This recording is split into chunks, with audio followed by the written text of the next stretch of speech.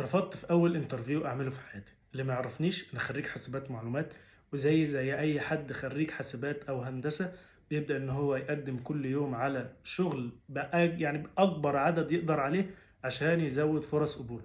كل اللي هو بيعمله بيفضل يذاكر لحد ما يتقبل في حته وربنا يكرمه ويبدا شغل. فمن وسط الشغل اللي بقدم عليه كل يوم مش اقل من 20 30 شغل بامانه يعني.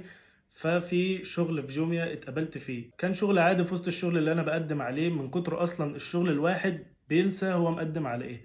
فجيت في مره لقيت رقم غريب بيرن عليا، ما ردتش لان أنا ما كانش التليفون جنبي. فجيت تاني يوم لقيت نفس الرقم ده بيرن عليا، وانا اصلا كنت رنيت عليه قبل كده، يعني لما لقيت رقم غريب رن فرنيت، لقيت خدمة العملاء بتاع جوميا هي اللي ردت عليا. ودي بتبقى عبارة عن رسائل متسجلة، ما تقدرش ان انت تتكلم، هي بتبقى ايه، رسائل متسجله، انت تبعت مش عارف واحد عشان كذا، واحد اتنين مثلا عشان كذا. فما بتقدرش ان انت تكلم حد، هما بس اللي يرنوا، انما انت تيجي ترن ما تعرفش ترن. فعرفت ان ده كان شغل ليه علاقه بجوميا، فبدات ان انا اخش على لينكد ان واشوف الجوب اللي انا كنت مقدم عليها ليها علاقه بجوميا، وعرفت انا كنت مقدم على ايه. جه تاني يوم لقيت الناس دي بترن عليا وبيقولوا لي ان انا اتقبلت في اول فيز. وتاني فيز اللي هي الانترفيو، المفروض هروح الشركه وهنزل ويعمل لي انترفيو ويشوفوا الدنيا فيها ايه. حددنا الميعاد وفعلا رحت، وكان اصلا الجوب دي انا ما اعرفش عنها حاجه، كان بس التايتل موجوده، وكان لينكد ان مرشحني ليها ان انا هبقى كويس فيها. فقمت مقدم، وزيها زي اي شغل الواحد بيقدم وبينساه وخلاص. بس لما اتقبلت فيها او لما هم رنوا عليا بدات ان انا اشوف الشغل ده بيعمل ايه، وبدات ان انا ادور واشوف الاسئله بتاع الانترفيو هتبقى عامله ازاي. ففهمت من الاخر الشغل ده بيعمل ايه، ورحت الانترفيو. وقبل ما اخش الانترفيو كنت رحت اليوم ده بدري، وقابلت كذا حد كده بره، كانوا بصراحه ناس محترمه جدا. وقفتهم وسالتهم يا جماعه انا عندي انترفيو جوه، ايه النصايح اللي ممكن تديها لي، مش عارف ايه.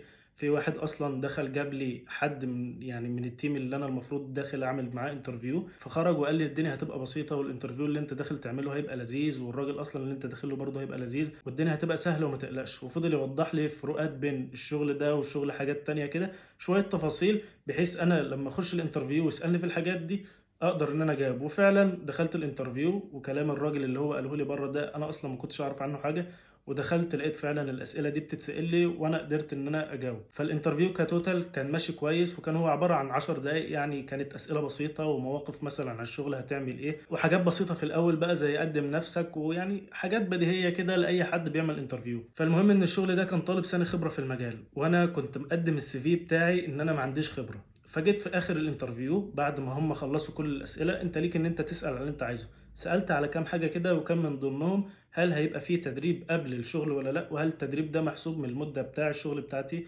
ولا لا. قالوا لي اه هيبقى فيه تدريب، هتنزل اسبوع والاسبوع ده هيبقى محسوب لك. قلت خلاص تمام، واتفقوا معايا على السالري واتفقوا معايا على المواعيد اللي هم يعني وضحوا لي الدنيا فيها ايه، وخلاص. والانترفيو زي ما بقول لكم يعني كان 10 دقايق، والدنيا مشيت في اللذيذ وما فيش اي حاجه حصلت. المهم عدى 4 5 ايام وانا عايز اعرف النتيجه بتاع الانترفيو، لو في ريجكشن هل هم هيبعتوه ولا اصلا مش هيبعتوا، ولو انا اتقبلت هل بيبقى مثلا مطلوب مني حاجه ولا الدنيا فيها ايه. فبدات ان انا اسال الناس هل عادي ان انا اتواصل مع الاتش ار اساله على النتيجه بتاع الانترفيو او يعني النتيجه هتيجي امتى.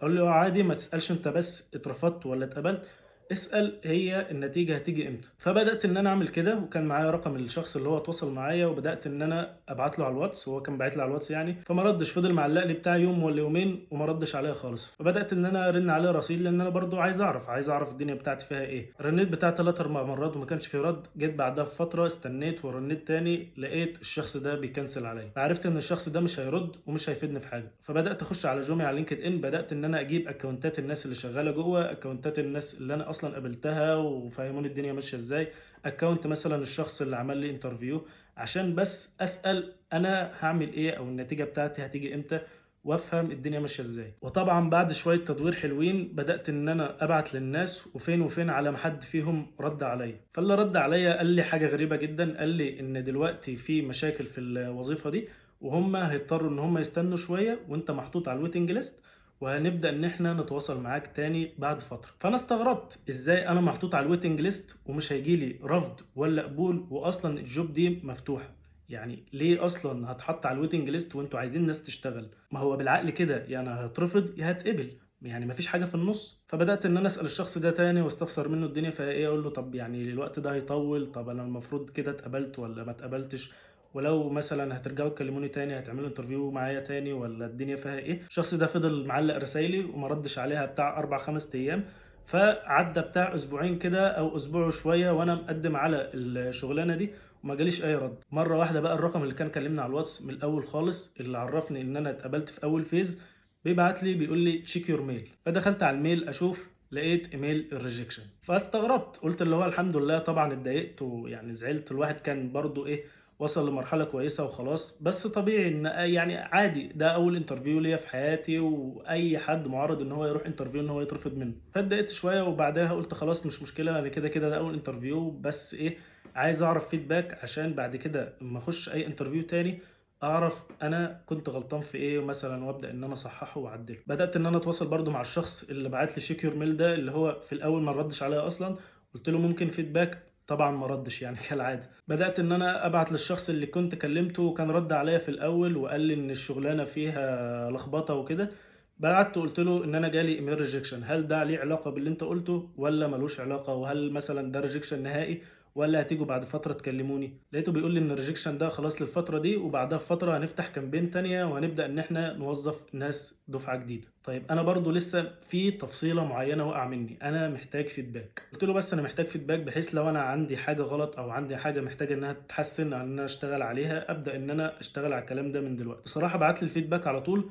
بس الفيدباك بقى ده اللي كان غريب جدا وبصراحة يعني قفلني من الموضوع خالص. فيدباك عبارة عن اني مفتقر الخبرة اللي الوظيفة دي طالباها. طيب يا جماعة، هل وانا بقدم على الشغل ده قلت لكم ان انا عندي خبرة 100 سنة مثلا في الوظيفة دي؟ لا خالص. انا اصلا التايتل بتاع السي في بتاعي هو داتا اناليست، والوظيفة دي كانت اصلا وظيفة تانية خالص، وكانت بجد اول مرة اسمع عنها وانا بس قدمت عليها عشان لينكد ان مرشح ان انا هبقى كويس في الوظيفة دي، وشفت في الريكويرمنتس ان هم عايزين خبرة سنة. بس قلت اما اقدم مش مشكلة، وزيها زي اي شغل تاني.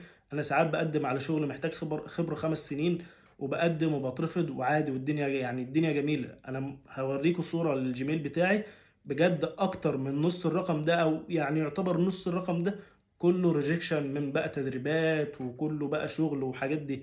فالواحد متعود اصلا على الريجكشن، فالطبيعي ان انا خريج ببدا ان انا اقدم على اي شغل شايف ان هو مناسب ليا. طيب انتوا كتيم محتاجين حد عنده خبره في الوظيفه دي، ومحتاجين حد يبدا على طول عشان انتوا ما عندكوش وقت ان انتوا ايه الوظيفه دي تبقى خاليه. طيب ليه قبلتوا السي في بتاعي من الاول؟ هل انا ضحكت عليكم؟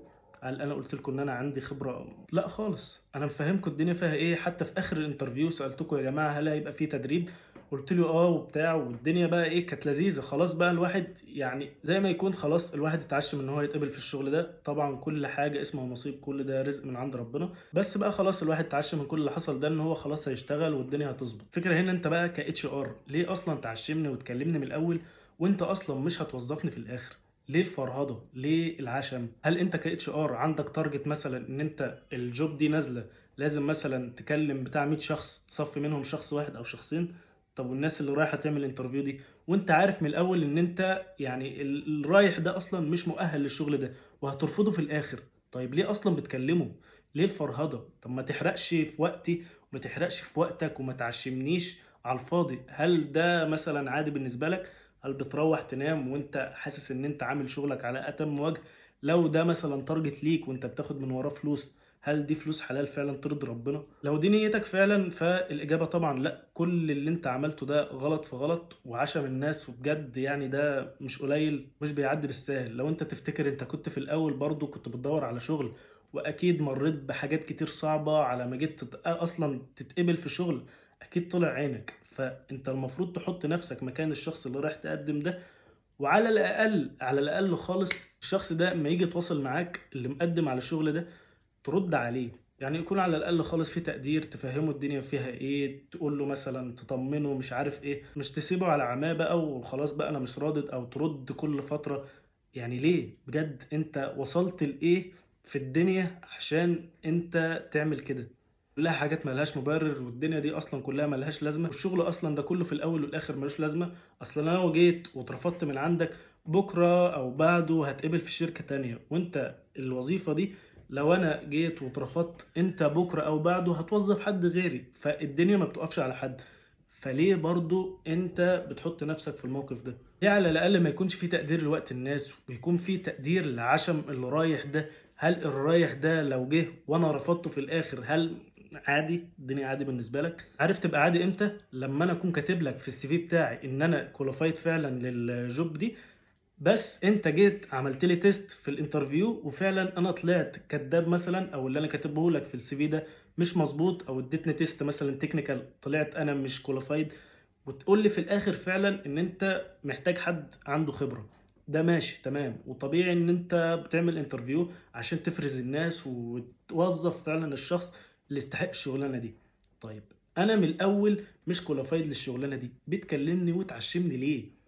أنت فاهم النقطة؟ المهم بعد ما الموضوع ده خلاص خلص وجالي الرفض، وأنا سألت الشخص ده هل الcampaign دي هتفتح إمتى أو إيه الميعاد بتاعها؟ طبعًا ما ردّش. جيت أنا في نفس اليوم بالليل كتبت بوست على LinkedIn باللي حصل لي، عادي واحد وبيقول اللي هو حصل له زي ما أنا باعمل الفيديو ده دلوقتي. بعد دقيقتين أو 3 بالضبط من إن أنا كتبت البوست، لقيت الشخص ده باعت لي بيقول لي الcampaign هتفتح كذا، كذا، وإحنا هنبدأ إن إحنا نتواصل معاك. الكلام ده أنا قريته من notification برّه، أنت لمّا بتيجي لك رسالة بتقدر إن أنت تقرأها قبل ما تفتح الرسالة أصلًا. فأنا قريتها وجيت إن أنا أفتح الرسالة عشان أرُد عليه، لقيته هو أصلًا مسح حتّة إن هم هيبدأوا إن هم يتواصلوا معايا، ولقيته كتب إنها هتتفتح ابقى قدّم. دخلت على الصفحة بتاعته لقيته أصلًا شالني من الconnection بتاع LinkedIn.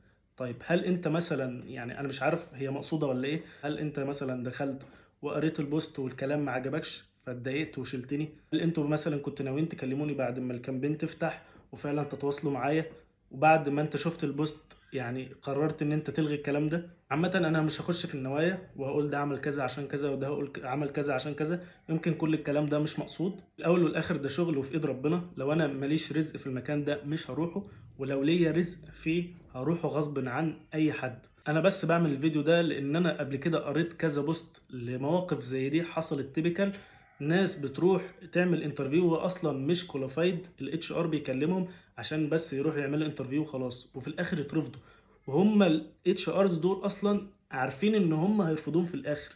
طيب ليه بتكلمه من الأول؟ يعني كمثال أنت مثلًا مدرب فريق وعايز مهاجم، ليه تروح تكلم حارس؟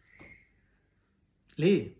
ما أنت عارف إن أنت في الآخر مش هتقبله وهتروح تجيب مهاجم. طيب ليه أصلًا تكلم الحارس من الأول؟ فيا جماعة الHR والنبي أمّا تيجوا توظّفوا الناس افتكروا إن أنتم بتتعاملوا مع بني آدمين قبل أصلًا حتّة الشغل خالص دي، وقدّروا بس العشم أو كسرة الخاطر إن حد يكون مفكّر إن هو رايح وخلاص والدنيا هتضبط معاه، وفي الآخر لأ، عشان بس أنت عندك حاجة محتاج إن أنت تحققها، أو إن أنت مثلًا ما عملتش شغلك مضبوط، ما تروحش تكلم حد أنت عارف إن أنت هترفضه في الآخر. يعني بجد أنا أمّا نزّلت البوست لقيت ناس كتير بتعلّق وناس كتير داخلة لي على الخاص تقول لي ده موضوع منتشر ومش عارف إيه. ليه منتشر؟ بجد أنا مش لاقي إجابة منطقية خالص للموضوع ده. اتقوا الله في الناس واعملوا شغلكم مضبوط، وأنا بالنسبة لي عارف إن ربنا هيكرمني في حتّة أحسن وهيجيب لي شغل أحسن. يعني ده رزق وفي إيد ربنا في الأول والآخر، والدنيا مش بتُقف على حد. سلام.